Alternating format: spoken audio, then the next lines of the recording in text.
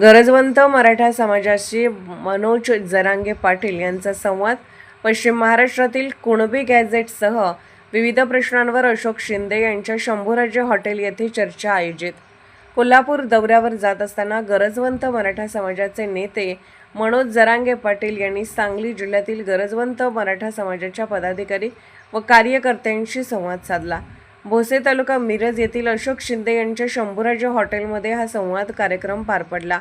यावेळी पश्चिम महाराष्ट्रातील मराठा समाजाच्या आरक्षणासंदर्भातील घडामोडी, कुणबी गॅझेटचा प्रश्न, समाजातील युवकांचे शैक्षणिक व रोजगार विषयक प्रश्न तसेच आगामी आंदोलनाची दिशा यावर सविस्तर चर्चा करण्यात आली. मनोज जरांगे पाटील यांनी समाज बांधवांच्या भावना जाणून घेत त्यांच्या अडचणी व मागण्या ऐकून घेतल्या. मराठा समाजाला न्याय मिळवून देण्यासाठी सुरू असलेल्या लढ्याची माहिती देताना त्यांनी समाजाने एकजुटीने राहण्याचे आवाहन केले. तसेच कुणबी नोंदी आणि कुणबी गॅझेट संदर्भातील प्रक्रियेला गती मिळावी यासाठी समाजाने संघटितपणे प्रयत्न करण्याची गरज असल्याचे त्यांनी सांगितले. या संवाद बैठकीस सांगली जिल्ह्यातील गरजवंत मराठा समाजाचे पदाधिकारी, कार्यकर्ते आणि मोठ्या संख्येने समाज बांधव उपस्थित होते. बैठकीत विविध विषयांवर सकारात्मक चर्चा होऊन समाजाच्या प्रश्नांबाबत पुढील वाटचालीसाठी दिशा निश्चित करण्यात आली आहे. जो मराठ्यांना तुम्हाला न्याय लावायचा मग तो सगळ्यांनाच लावा. मग गप्प बस. त्यांच्या लक्षात आलं याड बोलायला लागलं. कारण मी बोललो ते चूक नाही तुम्हाला. आम्ही सगळ्यांनी तसेच आमचे दुसरे ओबीसी बांधव सुद्धा सदनाचे, तरी त्यांना आरक्षण पण आहे, नोकऱ्या पण आहे, शिक्षण पण मिळतात उच्च आणि बागायती पण. आणि मराठ्यात भेदभाव का? असं बोलल्याने काय होतं, मराठ्यांना पण वाटलं पाहिजे हो आपण सदन काय गरज. अरे पण आमच्या शेजाऱ्याकडं तो पण सदनाचे, त्याच्याकडे पण नोकरी आहे, त्याचे पण आरक्षणामुळे शिक्षणात चालले. मग बांधाच्या अलीकडचा मराठा आहे म्हणून भेदभाव का? आरक्षणात भेदभाव करू नये म्हणून जाताना माझा एक मंत्र आहे तुम्हाला. जमिनी कमी होत चालल्या, उत्पन्न पण कमी होत चालले आणि उत्पन्न झालं तर त्याला भाव नाही. जर तुमच्या शेतीतून उत्पन्न निघालं त्याच्यातून तुम्हाला पोरं सुधारायचं, त्यातून प्रपंच चालवायचं, मुलीचे स्वप्न पूर्ण करायचे, मुलांचे पण शिक्षणाचे त्याच्या अपेक्षेप्रमाणे पूर्ण करायचे. शेतीतलं पीक होणार नाहीये आणि जमिनी पण कमी होत चालल्या. आत्ताच पश्चिम महाराष्ट्रातले मराठी हुशार व्हा. आत्ताच आणखीन वेळ गेलेली. आरक्षणापासूनच्या सगळ्या विषय आपल्याला घेतल्याशिवाय शेतीला जोड होईल. तुम्हाला शिक्षणात सगळा पैसा वाचेल आणि तुमचं लेकरू अधिकारी झालं, तुम्ही सदन आहेत, तुमचं पोरगा अधिकारी झालं, येशीत बसत तुम्हाला आनंदच आहे ना. शेतीला जोड नोकरी सुद्धा असली पाहिजे. शेतीतला पैसा सुद्धा शिक्षणात न जाता तो पण वाचायला पाहिजे. म्हणून आरक्षण खूप महत्त्वाचं आहे. म्हणून मी आता कोल्हापूरचं गॅझेट बघण्यासाठी, चर्चा करण्यासाठी श्रीमंत शाहू महाराजांकडे चाललो आहे. सातारा संस्थांचं सुद्धा जे आम्ही काढणार, मी तर बसणार नाही. वेळ सावध. त्याच्यात 15 लाख नोंदी आहेत सातारा संस्थांना. 42 लाख मराठी पश्चिम महाराष्ट्रातल्या आरक्षणात. सातारा संस्थांचे काय, काही कोल्हापूर संस्थांचे मिळून मराठा शिल्लक राहणार नाही. सगळे आरक्षणात येते. पण त्याच्यासाठी तुम्हाला थोडा आळस झटकावा लागेल. आहे थोडासा. आपल्याकडे सगळे पाणी आहे.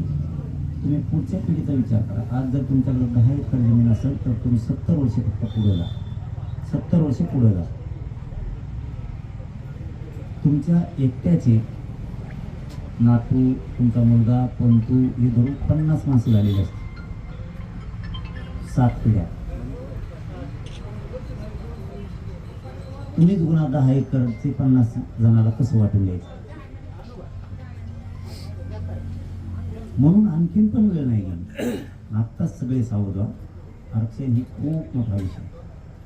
हे पदरात टाका आपल्या लेकराच्या, जेणेकरून त्यांच्या पिढ्या त्यांना पुढे सुधारित येते. सगळं शेतीवरच भागणार नाही आहे. मालाला भावच मिळत नाही. खूप वाईट परिस्थिती. त्याचा अगोदरच सावध व्हा. जर कदाचित मला वाटत नाही आंदोलन करण्याची वेळ आपल्यावरती येईल, 1 महिन्याच्या आत 100% सातारा संस्थांचे जे काढतील. नाही काढले वेळ आली ना, पश्चिम महाराष्ट्राला माणूस घरात ठेवणार. एवढं मोठं आंदोलन उभा करायचं.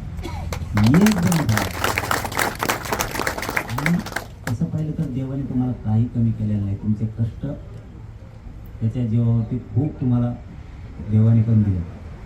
समाजासाठी 4-2 दिवस जर ताकदीनं लढायची वेळ आली, कामं धंदे सगळं बंद 2-4 दिवस. पूर्ण महाराष्ट्र पॅक करतो मी, तुम्ही काळजी करू नका. फक्त पश्चिम महाराष्ट्र ताकदीनं उठा एकदा. एकजूट राहा, एकमेकाला सांगत राहा, आरक्षण घ्यायचं, एकमेकाला फोनचा वापर करा.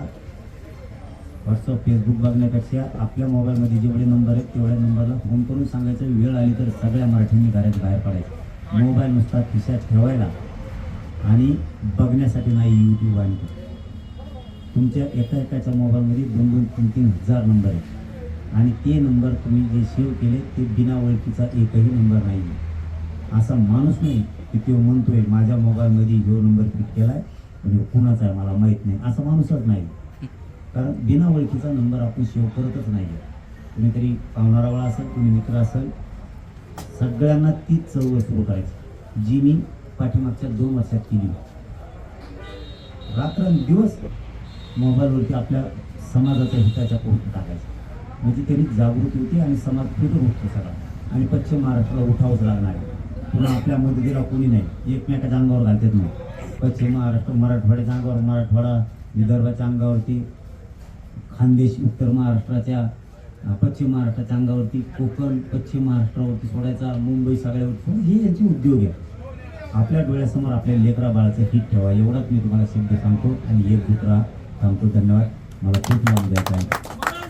आज माझ्या हॉटेलला माननीय मनोज जरांगे पाटील दादांनी भेट दिली. भेट देत असताना ते कोल्हापूरला जात होते. मी त्यांना थांबवून रिक्वेस्ट केल्यामुळे ते थांबले आणि शाहू महाराजांना भेटण्यासाठी आणि त्यांचा कोल्हापूर गॅजेट पास करून घेण्यासाठी आणि त्यांच्या वैयक्तिक चर्चा करण्यासाठी आज दादा इथून कोल्हापूरला रवाना झाले. त्यांनी जे काही आदेश देतील ते आम्ही पूर्ण सांगली जिल्हा पाहण्यास तयार आहे. आज संघर्ष योद्धा मान्य मनोजदादा जरांगे पाटील कोल्हापूरच्या दौऱ्यावर आले असताना सांगलीमध्ये थोडा वेळ दिलेला आहे. त्यांनी एक खंत व्यक्त केली आहे की पश्चिम महाराष्ट्रातील मराठा समाज हा सदन असल्यामुळं थोडा शांत आहे. परंतु सांगली जिल्ह्यातील मराठा हा शांत जरी वरून दिसत असला तरी तो शांत नाही. कंप्लीट जागा आहे. आणि जे मनोजदादा जरांगे पाटील कोल्हापूर गॅजेट व सातारा गॅजेटचे प्रयत्न करायला लागलेले आहेत तर त्या गॅजेटला न्याय देण्यासाठी आणि आमचा मराठा समाज कुणबी दाखले काढण्यासाठी जे जे आदेश देतील त्या आदेशाला आम्ही तंतोतंत पालन करू आणि जनजागरण करू. धन्यवाद.